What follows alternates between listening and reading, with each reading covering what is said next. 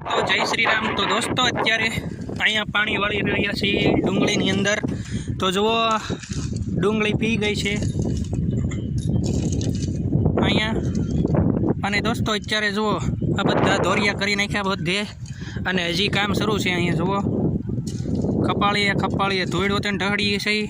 અને અહીંયા એક ધોરિયો હતો, અહીંયા સીધો ધોરિયો હતો, એ વીખ્યો પાવડે ને ખંપાળીએ એ ધોરિયો વીખ્યો। ને એક ધોરિયો અહીંયા છે, આ જુઓ કેટલો ઊંડો ધોરિયો છે। જો આવા ધોરિયા બધે બનાવી, કેટલા એક ધોરિયો, પછી એક સામે આડો, સામે તો અહીંયા વીખ્યો છે, અહીંયા હતો જો હજી નિશાન છે। આ પાણી પૂરું થાય જ, પહેલી વાર પાણી વાળીએ ત્યાં સુધી છે ને આ પૂરું થાય જ નહીં। એકવાર બધે પાણી પી જાય એટલે પછી બધે પૂરું થઈ જાય, ત્યાં સુધી આમ કર્યું જ રાખવાનું, બધું હરખું કરવું પડે ખૂણે। આ બધા ઘઉં પાવાના બાકી છે, અહીંથી ઘઉં છે અને વલકા સીણા છે।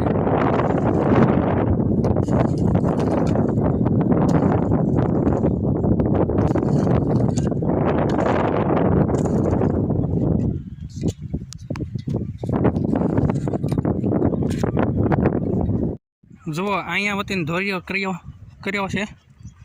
આ ધોરિયો જુઓ જાણે કેનાલનું પાણી આવવાનું હોય એવો ઊંડો ધોરિયો કર્યો, ગોઠણ સામો ધોરિયો કર્યો।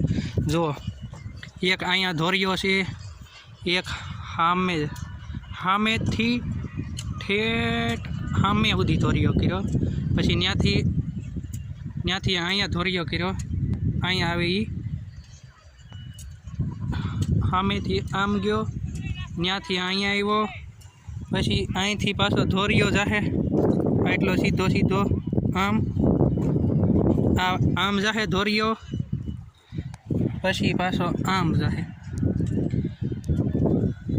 જે મહેનત કરવાની હોય ને એ ધોરિયામાં જોઈએ, કારણ કે પાવડે તમે ચડાવીને થાકી જાઓ ને ધૂળ, તોય માઇન્ડ પૂરું ન થાય। આ ધોરિયો જો એટલે કેટલો ઊંડો કરવો પડે, અને પાછો ઊંડો કરવો પડે કારણ કે પાણી આવે અને ઓલું ધૂળ ઢહડતું જાય એ હાટું છે ને આપણે કરવું પડે। આખો ધોરિયો છે ને પાણી વયો જાય, ધૂળ ઢહડાઈને પાણી ઢહડીને વહી જાય ધૂળને, એટલે ઊંડો કરવો પડે। જો આપણે કેટલા ધોરિયા કર્યા છે ટોટલ, આવા ઊંડા કેટલા લાંબા છે પાછા, ઠેઠ આમથી પછી ઠેઠ અમે ઝાડવા છે ત્યાં સુધી છે। આ બાજુ ઘઉં છે, હવે આ બાજુ પાણી આવે છે, ડુંગળી પી ગઈ છે આપણી બધી, કાલના પાતા હતા એમાંય કાલ જમ્પર બળી ગયું હતું, જમ્પર બાંધ્યું છે। અને અમે અત્યારે અહીંયા કરતા હતા, ધોરિયો હતો અહીંયા દત્તાળેથી વાવ્યું હતું, ધોરિયો કરી નાખ્યો હતો, ઓલી બાજુ એક ધોરિયો, એક આ બાજુ ધોરિયો, વચમાં હરિયું હતું, તો એક ધોરિયો બુર્યો છે। જો અહીંયા એનો હાંધા જેવું છે, એક પાળો આ બાજુ હતો, એક બાજુ આ બાજુ, માંડ બુરી રહ્યા। આ હરિયું કેવડું મોટું લાગે, અહીંથી આમ પછી આ મોટું લાગે। હવે કેટલા ધોરિયા કરવાના થાય હવે એ કંઈ નક્કી નથી, હજી એક કરવાનો છે હળંગથી ઠેઠ ઓલો થાંભલો છે એની આગળથી ઠેઠ આમ સામે ઓલા પણ સુધી ઝાડવા દેખાય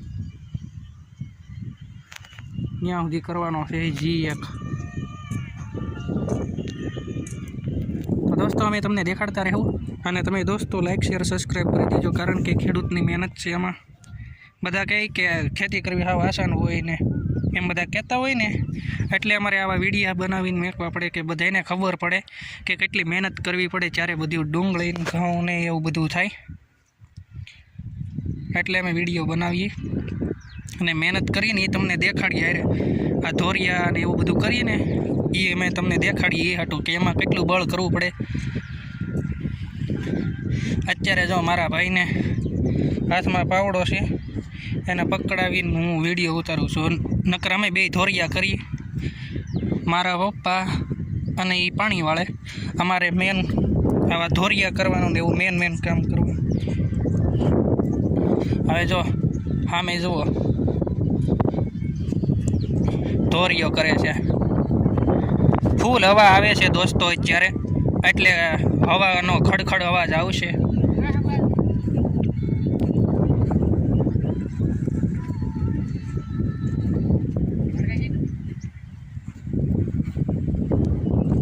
જો ધોરીઓ બાકી છે, અહીંયા ધોરીઓ કરે છે. જુઓ, ફોનમાં ગીત વગાડતા વગાડતા, કારણ કે ટેપ નથી આપણી પાસે અત્યારે. ટ્રેક્ટર હોય તો ટેપ હોય. જુઓ, હજી ઠેઠ સામે સુધી ડળન છે, ઓલા હરિયા છે ત્યાં સુધી. ને આજે આખો ભાગ સામેથી સામે સુધી પાવાનો બાકી છે. તો હવે પાણી આવે ત્યાં સુધી આપણે ધોરીઓ તો રેડી કરી નાખ્યો છે. હવે થોડોક બાકી છે, તો હવે કરીએ અમે, પછી મળીએ પાછા.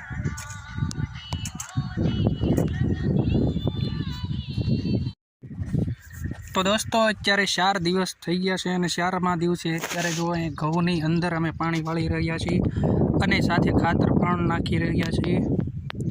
તો દોસ્તો જુઓ, પાણી તો પાઈ, અને પાણીની પાવાની હારે આપણે ખંપાળીએ આખી જમીન લેવલ કરવી પડે.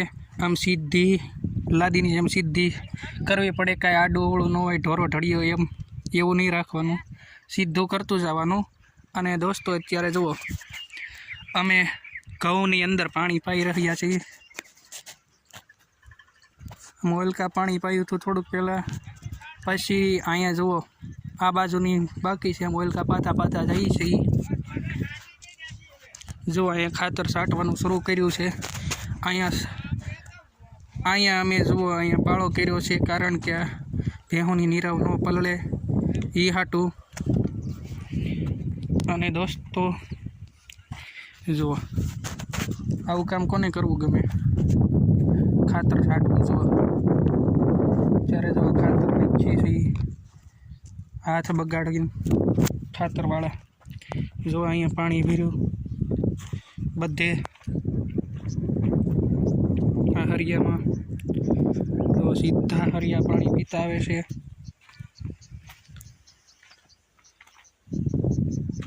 અહીંયા જુઓ,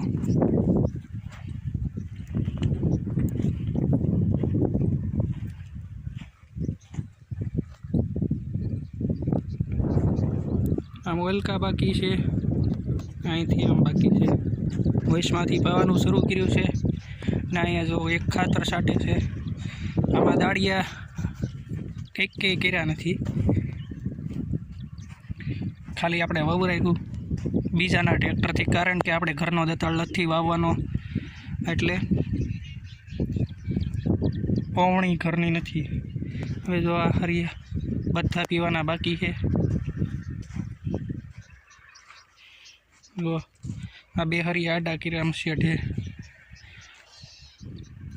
બીજા બધા આમ છે. અહીંયા ઘઉં છે બધે.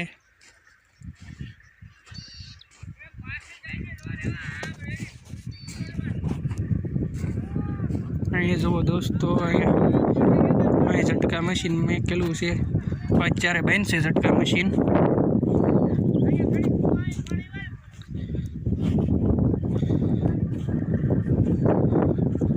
જુઓ આટલા સુધી અહીંયા સુધી છે, ને સામેથી પાણી વળે છે.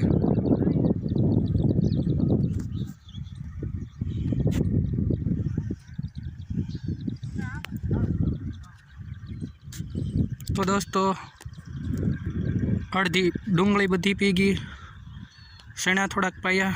આ બાજુ ઘઉં છે, પછી ઓલકા શેણા પાવાના છે. તો દોસ્તો હું તમને દેખાડતો રહી, અને તમે અમારી યારે જોતા રહો વિડીયો.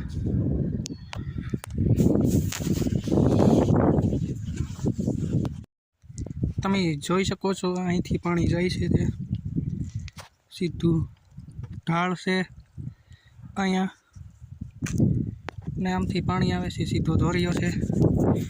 એટલા હરિયા પી ગયા છે અહીંયા બધે. અને દોસ્તો બધાની વાડીએ અત્યારે બધા ઘઉં પાતા હોય, અને ડુંગળી પાતા હોય, ને બીજું જે વાવ્યું હોય એ પાતા હોય. તો અત્યારે બધાની વાડીએ પાણી બધા વાળે. અને જુઓ અહીંયા આ ધોરીઓ આમથી સીધો આવે છે કવેથી.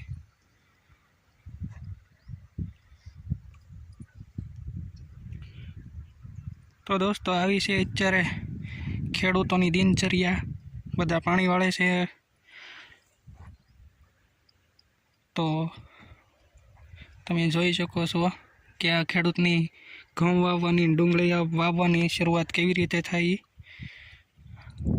શરૂઆતમાં તો બહુ બળ કરવું પડે, પછી ખાલી અહીંયા નાકા જ મોવડવાના રહી પાણી પાતી વખતે, પછી કાંઈ વાંધો ન આવે. પણ